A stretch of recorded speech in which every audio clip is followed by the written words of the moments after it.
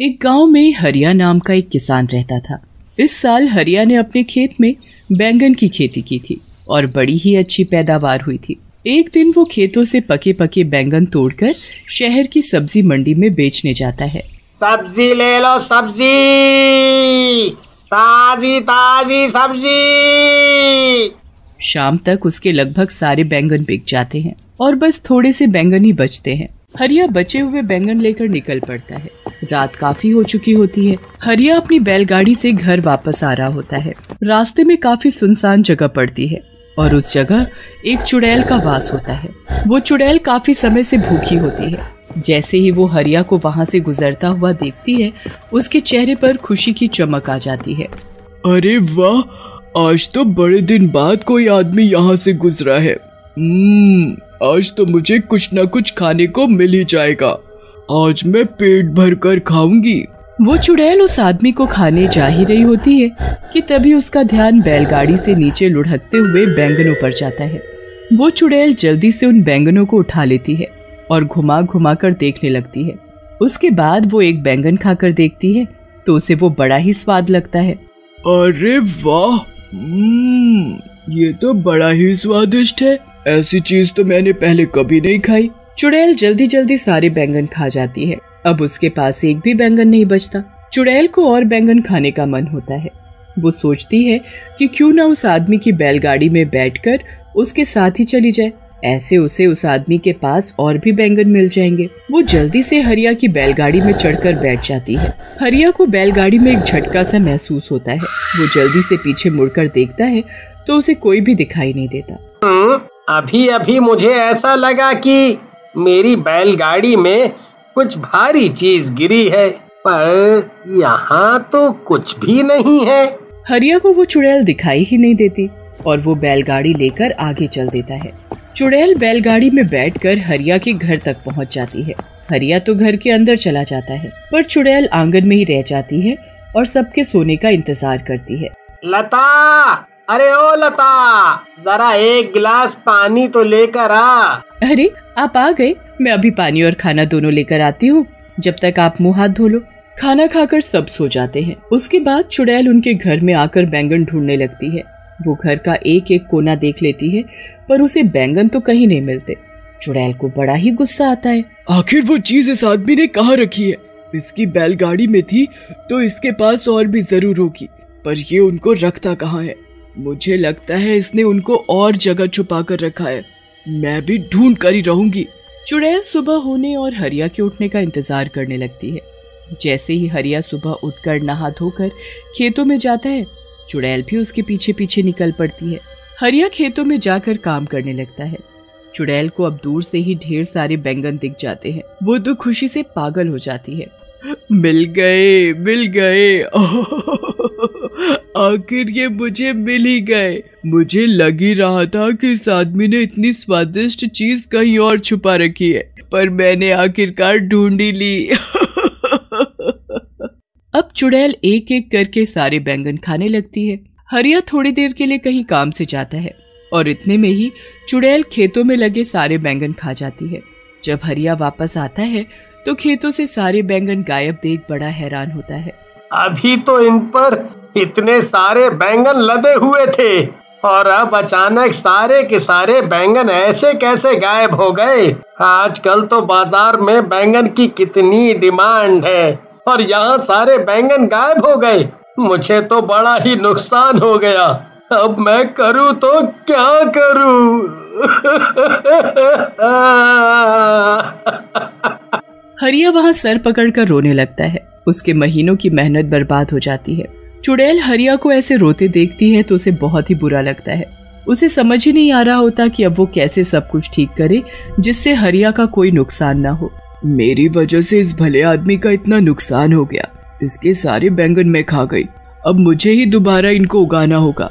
अगले दिन हरिया इस टेंशन में बहुत बीमार पड़ जाता है और उसका खेतों पर जाना बिल्कुल बंद हो जाता है। चुड़ैल इसी चीज का फायदा उठाती है और अगले दिन से खुद खेतों में काम करना शुरू करती है। वो पूरा खेत पहले अच्छे से साफ करती है और फिर उसमें बीज बोती है। उसके बाद वो रोज खेतों में पानी डालने आती है। बड़ी मेहनत के बाद वो बैंगन के पौधे उगने शुरू होते हैं। चुड़ैल उनको देख बड़ी ही खुश होती है। अरे वाह, आखिर मेरी मेहनत रंग ला रही है। आज इसमें पौधे निकलना शुरू हुए हैं, कल ये बड़े भी हो जाएंगे और फिर इनमें बैंगन लगेंगे। चुड़ैल अब उनके बड़े होने का इंतजार करने लगती है, पर वो तो अभी भी वैसे के वैसे ही होते हैं। अब चुड़ैल को समझ आ जाता है कि ये पौधे इतनी जल्दी थोड़ी बड़े हों। फिर वो परेशान हो जाती है कि कैसे उनको जल्दी बड़ा किया जाए, जिससे कि उसमें समय से पहले ही बैंगन उगना शुरू हो जाए। चुड़ैल इस बात का हल निकालने के लिए फिर वापस उसी जगह पर जाती है जहाँ उसका वास था। वहाँ जाकर वो अपनी चुड़ैलों में सबसे शक्तिशाली चुड़ैल के पास जाती है और उससे इसका हल पूछती है। हे चुड़ैलों की चुड़ैल, मुझे कोई ऐसा उपाय दो जिससे मैं जल्दी से खेतों में बैंगन उगा सकूं। क्या? ये तू क्या बोल रही है? तुझे बैंगन की खेती करने की क्या जरूरत पड़ गई? बस मैं क्या बताऊं, मैंने पहली बार बैंगन चखे और वो मुझे इतने स्वाद लगे कि मैंने किसी गरीब और भले आदमी के खेतों के सारे बैंगन खा लिए। बेचारा इस सदमे में बीमार हो गया, बहुत रो रहा था, तो मुझे देखकर बिल्कुल अच्छा नहीं लगा। मैंने उसकी मदद करने की कोशिश की और उसके खेतों में फिर से बैंगन की खेती शुरू कर दी, पर अब वो पौधे अपने तरीके से धीरे धीरे उग रहे हैं। ऐसे तो वो बहुत वक्त लगाएंगे और महीनों में उसमें बैंगन उगेंगे। बेचारा वो आदमी तब तक क्या बेचेगा और कैसे अपना घर चलाएगा? उस बेचारे के घर में उसकी बीवी और 2 छोटे छोटे बच्चे भी हैं। ठीक है, मैं सब समझ गई। चुड़ैल होकर तू किसी इंसान की मदद कर रही है। मैंने तो पहली बार ऐसा देखा है, पर तुझे तो पता ही है मैं कभी किसी चुड़ैल की मदद करने से मना नहीं करती, तो तुझे कैसे कर सकती हूँ? तूने जो चाहा है वो तुझे जरूर मिलेगा, पर थोड़ा कठिन है। तू बता, तू कर पाएगी? हाँ, मैं कर लूंगी। तुम बस मुझे ये बताओ कि मुझे क्या करना है। तुझे यहाँ से 100 मील दूर पहाड़ों में जाना है। वहाँ एक काली गुफा है जिसको पार करने पर एक छोटा सा जादुई पानी का तालाब आता है। उस तालाब का पानी लाकर तुझे उस खेत में डालना होगा। जरा सा पानी डालने से कोई भी चीज कुछ ही पल में महीनों और सालों का समय पूरा कर देती है। अगर वो पानी किसी बच्चे पर भी गिर गया तो वो बच्चा भी पल भर में आदमी बन जाएगा। इसलिए उस जादुई पानी का इस्तेमाल तुम्हें बहुत ही ध्यान से करना होगा। हाँ, मैं पूरा ध्यान रखूंगी। अब मैं जल्दी वहाँ के लिए निकलती हूँ, क्योंकि मैं जरा भी समय बर्बाद नहीं करना चाहती। चुड़ैल जैसे तैसे 100 मील की दूरी तय करती है। उसके बाद वो काली गुफा को पार करके उस तालाब तक भी पहुंच ही जाती है। वहाँ से जादुई पानी भरकर चुड़ैल सीधा अपने बैंगन के खेतों में पहुँचती है और थोड़ा थोड़ा पानी पूरे खेत में छिड़क देती है। उसके बाद चुड़ैल वहाँ से चली जाती है। अगली सुबह जब चुड़ैल वापस आकर देखती है तो चारों तरफ बैंगन ही बैंगन लदे होते हैं। अरे वाह, आखिर मैंने बैंगन की खेती कर ही ली। मैंने इतने सारे बैंगन उगा ही दिए। अब जब भी वो किसान यहाँ आएगा तो खुशी से पागल हो जाएगा। उसके बाद उसे बस हरिया के खेतों में आने का इंतजार रहता है। हरिया जब ठीक हो जाता है तब वो खेतों को देखने जाता है। खेतों में पहुंचकर जब हरिया हजारों बैंगन अपने खेतों में लदे हुए देखता है तो उसे तो अपनी आंखों पर विश्वास ही नहीं होता। कहीं मैं सपना तो नहीं देख रहा?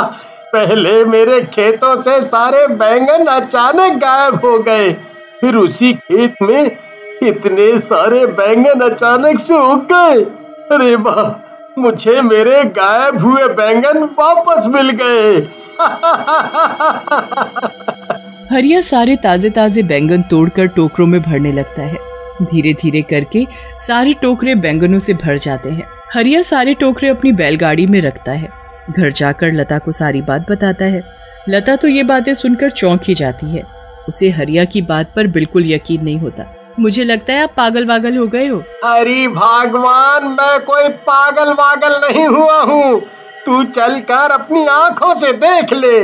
लता जब बाहर जाकर बैलगाड़ी देखती है तो वाकई में बैलगाड़ी बैंगनों के टोकरों से भरी हुई होती है।